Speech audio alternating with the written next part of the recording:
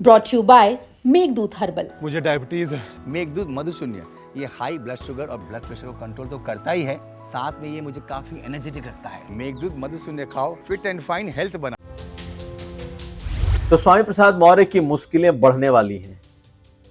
रायबरेली में उन पर हमला हुआ वो अलग, लेकिन अब रामचरितमानस पर उनकी टिप्पणी को लेकर उन पर मुकदमा दर्ज हो रहा है। सीधे अदालत ने थानेदार को कहा है कि मुकदमा दर्ज करें और जांच करें। कितनी बढ़ेंगी मुश्किलें, हम आज ये समझेंगे स्वामी प्रसाद मौर्य के लिए। ये भी जानिए कि इंडिया गठबंधन की जो मीटिंग हुई है, जो डिनर डिप्लोमेसी दिखाई दी है, जो इंडिया गठबंधन की तरफ से, राहुल गांधी की तरफ से जो डिनर दिया गया था इंडिया गठबंधन के नेताओं को, उसमें समाजवादी पार्टी और कांग्रेस पार्टी के बीच सब कुछ कितना गुडी गुडी है, कितना पॉजिटिव है। तस्वीरों के जरिए आप इस बात को समझने की कोशिश करिए। जिनको लगता है कि कांग्रेस और सपा के संबंध टूट रहे हैं, शायद उन्हें दुख भी हो सकता है। और आखिर में मुख्यमंत्री योगी आदित्यनाथ ने कहां जीने मरने की बातें कही है और क्या कहा है, किसके लिए जिएंगे, किसके लिए मरेंगे।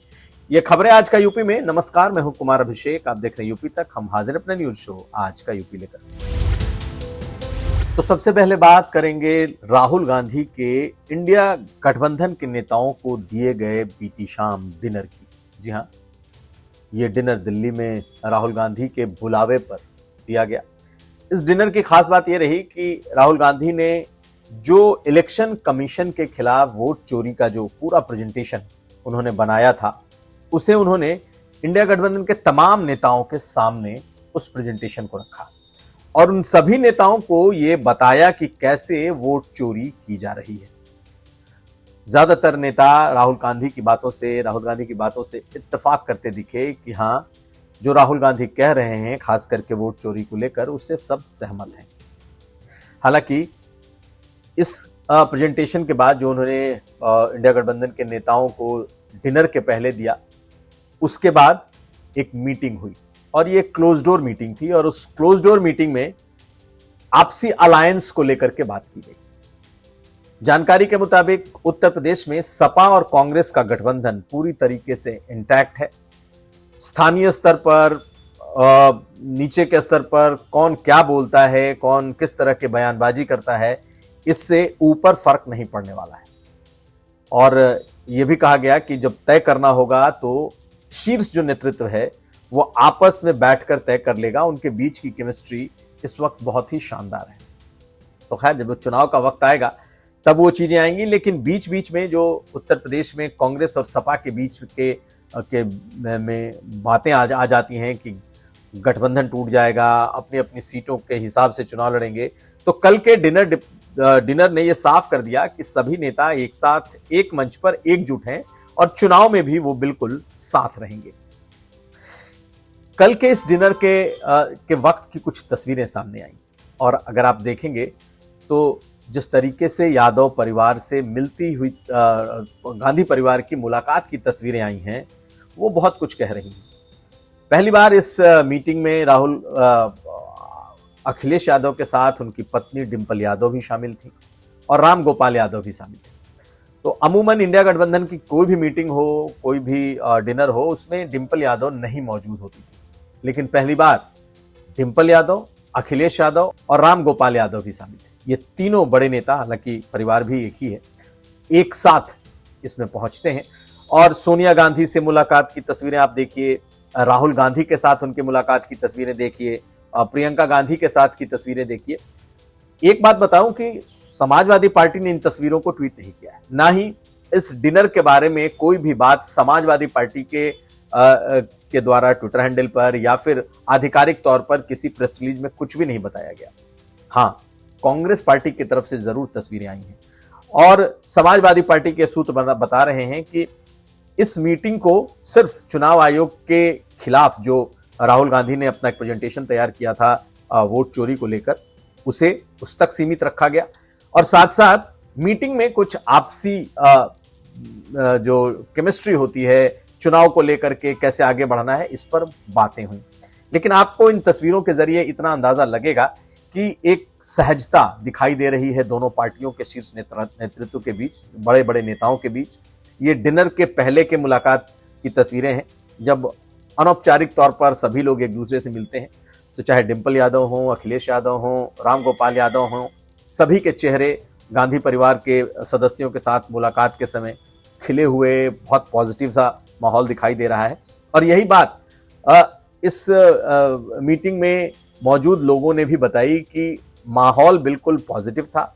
सभी नेता जो बुलाए गए थे, पहली बार ऐसा हुआ जब राहुल गांधी के बुलावे पर इंडिया गठबंधन के तमाम नेता पहुंचे हैं। अमूमन ये कहा जाता है कि सोनिया गांधी के बुलावे पर सब आते हैं, लेकिन राहुल गांधी ने बुलाया और सभी नेता इसमें पहुंचे हैं।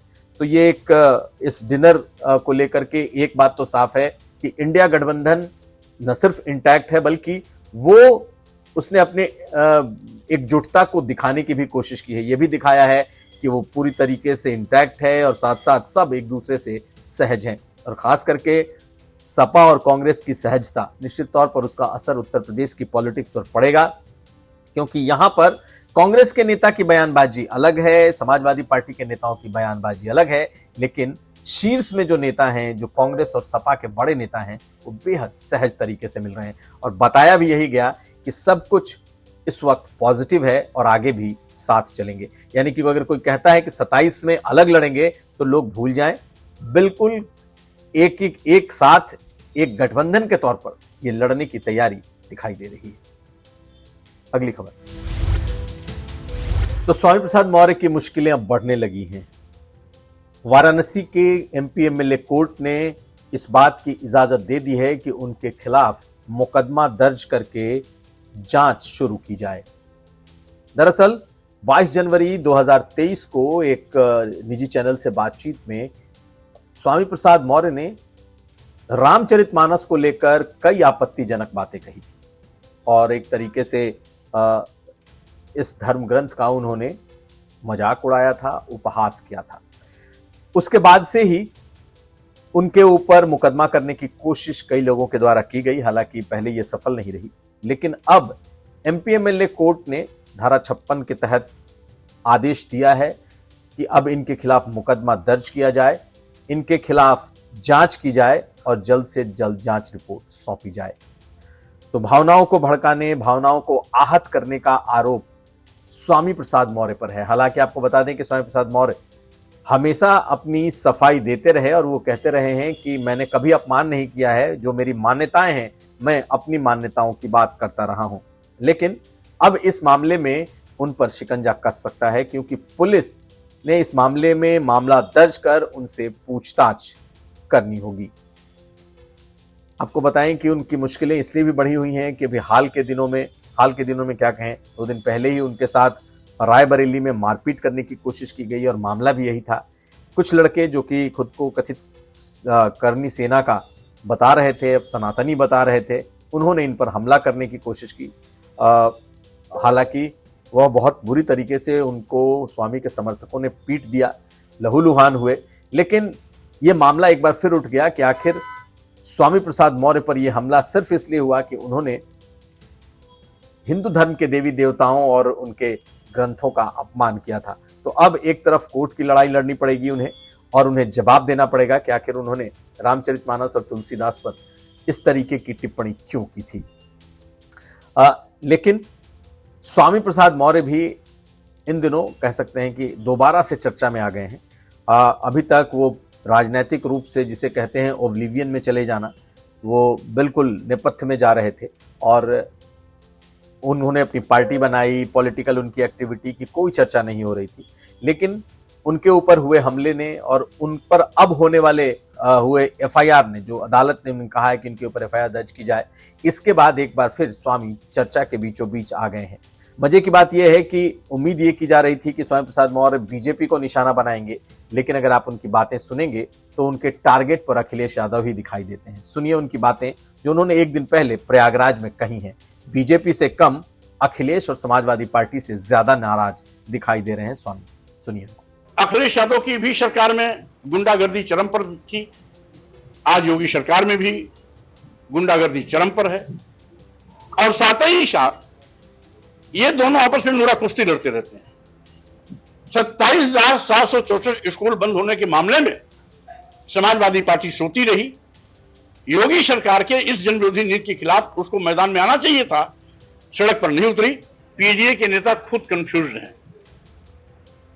पीडीए का गठन क्यों हुआ था ये खुद भूल गए, और इसीलिए अब जहां जिस रूप में होता है पीडीए की परिभाषा नई नई बनाते रहते हैं और नया नया पीडीए का परिभाषा परिभाषित करते रहते हैं, जिसके नाते इनके कार्यकर्ता भी कंफ्यूज हैं कि आखिर अखिलेश का पीडीए है क्या। इसलिए अब उसकी सही व्याख्या तो अखिलेश ही कर सकते हैं। तो मुख्यमंत्री योगी आदित्यनाथ ने इन दिनों स्वदेशी को अपना मूल मंत्र बना लिया है। हर कैंपेन, हर जनसभा में मुख्यमंत्री योगी आदित्यनाथ अब स्वदेशी की बात बोल रहे हैं। याद करिए, प्रधानमंत्री मोदी जब वाराणसी आए थे कुछ दिन पहले, तो उन्होंने मंच से स्वदेशी अपनाने की बात कही थी और कहा था कि जिसमें भी भारतीयों का पसीना लगा है, लोग अब उसी ब्रांड को खरीदें, स्वदेशी अपनाएं। और तब से मुख्यमंत्री योगी आदित्यनाथ भी अपनी हर सभा में स्वदेशी की ही बात करते दिखते हैं। आज काकोरी ट्रेन एक्शन कांड के शताब्दी समारोह पर मुख्यमंत्री योगी आदित्यनाथ लखनऊ के पास काकोरी में थे और उन्होंने वहां भी स्वदेशी का ही नारा दिया। कहा कि जिएंगे तो स्वदेशी के लिए, मरेंगे तो देश के लिए। यही नहीं, उन्होंने ये भी कहा कि स्वदेशी हो सकता है कि थोड़ा महंगा हो, लेकिन लोग स्वदेशी ही अपनाएं। तो इन दिनों उत्तर प्रदेश में अब बीजेपी के का जो मूल मंत्र, बीजेपी के नेताओं की जो बोल हैं, उसमें स्वदेशी अब सबसे ऊपर दिखाई देने लगा है, क्योंकि इसकी अपील प्रधानमंत्री ने की है। सुनिए मुख्यमंत्री को। भारत के उन महान स्वतंत्रता संग्राम सेनानियों के प्रति कृतज्ञता ज्ञापित करने का यह अवसर हम सबके सामने है। जब ये देश अपनी स्वाधीनता दिवस के आयोजन के साथ जुड़ रहा है, घर के ऊपर तिरंगा हो और हर भारतीय के मन में स्वदेशी का भाव जागृत हो। याद करिए, यह देश जब अपनी आजादी की लड़ाई को लड़ने के लिए आगे बढ़ा था, राष्ट्रपिता महात्मा गांधी ने हर भारतवासी को स्वदेशी के मंत्र के साथ जोड़ने का काम किया था। स्वदेशी हमारे जीवन का ध्येय बने, स्वदेशी हमारे जीवन का मंत्र बने। हम जिएंगे स्वदेशी के लिए, हम मरेंगे अपने देश के लिए।